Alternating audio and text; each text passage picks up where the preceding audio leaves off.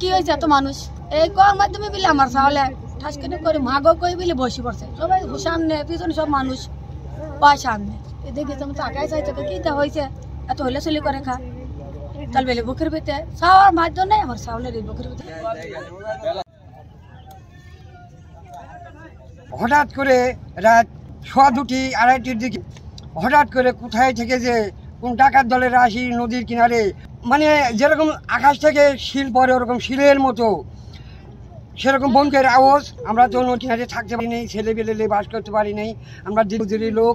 হঠাৎ করে আমরা এরকম গুলি বারুদের আওয়াজ শুনে আমরা সব আতঙ্কিত। এখন কোথাকার লোক যেন আসি এত ফায়ার করে আমরা থাকা খুব আমাদের মুশকিল। ঘরের টিন মিন পুরো ঝাঁঝরা হয়েছে, দেখলে অনেক দুঃখ, মাথা খারাপ। এমন অবস্থা আমরা দিনমজুরি খেটে খাওয়া মানুষ, আমরা খুব কষ্টতে বাস করি, আমরা শান্তি হালে বাস করতে চাই।